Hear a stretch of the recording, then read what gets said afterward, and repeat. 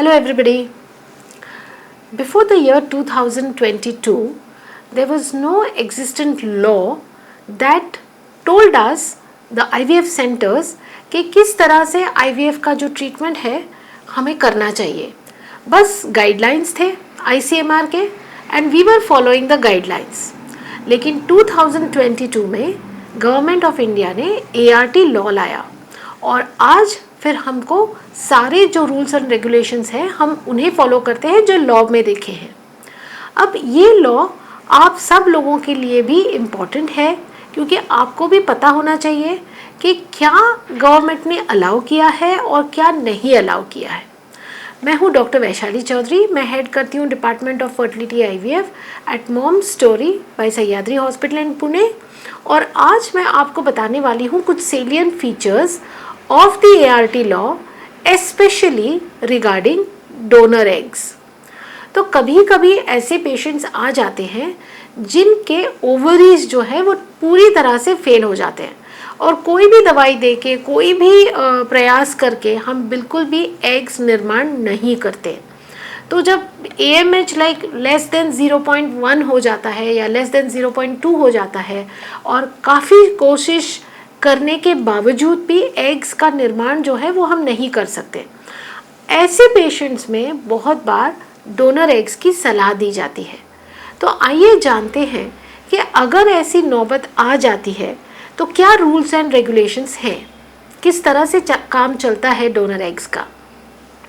तो जिस तरह से एक ब्लड बैंक होती है और किसी पेशेंट को अगर कोई ब्लड की ज़रूरत पड़ती है then they have to visit a blood bank जो कि रजिस्टर्ड है, जिनको लाइसेंस है. उसी तरह से अभी एक डोनर बैंक भी होती है जिनको गवर्नमेंट से लाइसेंस मिलाना है. तो क्या काम करती है ये एक डोनर बैंक? ये डोनर्स को रिक्रूट करती है, उनका काउंसलिंग करती है, उनके डॉक्यूमेंट्स चेक करती हैं और उनका रजिस्ट्रेशन करती हैं. उसी के साथ जो गवर्नमेंट ने मैंडेटरी बनाए हैं वो सारे ब्लड टेस्ट किए जाते हैं. काउंसलिंग इसलिए किया जाता है ताकि वो डोनर समझे कि ये जो काम है वो एग्जैक्टली किस टाइप का काम है. उसको 10 दिन इंजेक्शन लेने पड़ेंगे, ये सारा जो है इसका इंफॉर्मेशन बैंक जो है वो उनको बताएंगे. मैंडेटरी है कि वो एक डोनर 23 इयर्स के ऊपर हो और 35 इयर्स से कम हो. दूसरी बात, कोई भी एक डोनर उसकी लाइफ टाइम में बस एक ही बार डोनेट कर सकती है. तो ये भी बैंक चेक करेगी कि ये लेडी ने पहले भी कभी डोनेशन नहीं किया है क्योंकि लॉ कहता है कि कोई भी लेडी एक ही बार डोनेट कर सकती है. उनके रिपोर्ट्स ठीक होना ज़रूरी है और एक इंश्योरेंस करना भी मैंडेटरी हो गया है कि अगर इस डोनर को इनफर्टिलिटी के ट्रीटमेंट के दौरान, ये डोनेशन करने के दौरान अगर कोई मेडिकल प्रॉब्लम हो जाती है तो उसका मेडिकल कवरेज जो है, उसकी जो फीस है वो उस इंश्योरेंस से कवर हो जाए.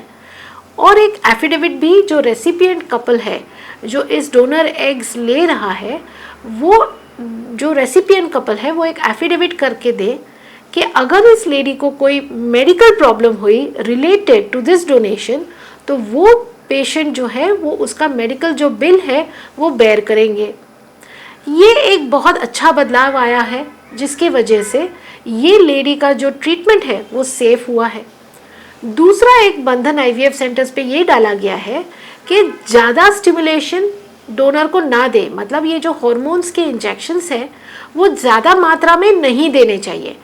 मैक्सिमम 7 या 8 या 9 एग्स निकाले जा सकते हैं और उन्हीं एग से केवल एक ही रेसिपिएंट के लिए एम्ब्रियोज बनाए जाएंगे, रेसिपिएंट के जो हस्बैंड है उनके स्पर्म्स यूज़ करके, ताकि इनका शेयरिंग ऑफ एग्स ना हो. क्योंकि पहले शेयरिंग ऑफ एग्स अलाउड था, इसलिए डोनर को बहुत मात्रा में इंजेक्शन दिए जा सकते थे और जिसकी वजह से उसको साइड इफ़ेक्ट्स होने की संभावना थी. तो अभी मैंडेटरी है कि बस 7 एग्स निकाले जाए, अगर हो भी जाए तो 8, 9, 10 एग से ज़्यादा ना हो. अगर उसके एम्ब्रियोज बनाए गए तो बस केवल एक ही पेशेंट के लिए उसका इस्तेमाल किया जाएगा. शेयरिंग ऑफ एग्स या शेयरिंग ऑफ एम्ब्रियोज को बिल्कुल भी अलाउ नहीं किया गया है. तो ये जो सबसे इम्पॉर्टेंट बात इसमें है कि जो डोनेशन करने वाली स्त्री है वो अल्ट्रुइस्टिक नेचर से ये काम करेगी। मतलब एक औरत ने दूसरी औरत को की गई जो ये हेल्प है, जिस तरह से ब्लड डोनेशन होता है, हम एक नोबल काम ये करते हैं कि हमारा ब्लड दूसरे पेशेंट को देके एक दूसरे पेशेंट की जान बच सकती है।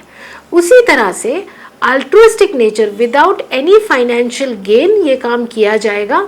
तो ये जो डोनेशन का काम है इसका अवेयरनेस बढ़ना ज़रूरी है, और ये भी जान लेना ज़रूरी है कि डोनेशन करके उस पेशेंट का कोई नुकसान नहीं होता। एक बार डोनेशन करने से पेशेंट बिल्कुल सेफ प्रोसीजर है, और इसका अवेयरनेस बढ़ना भी ज़रूरी है।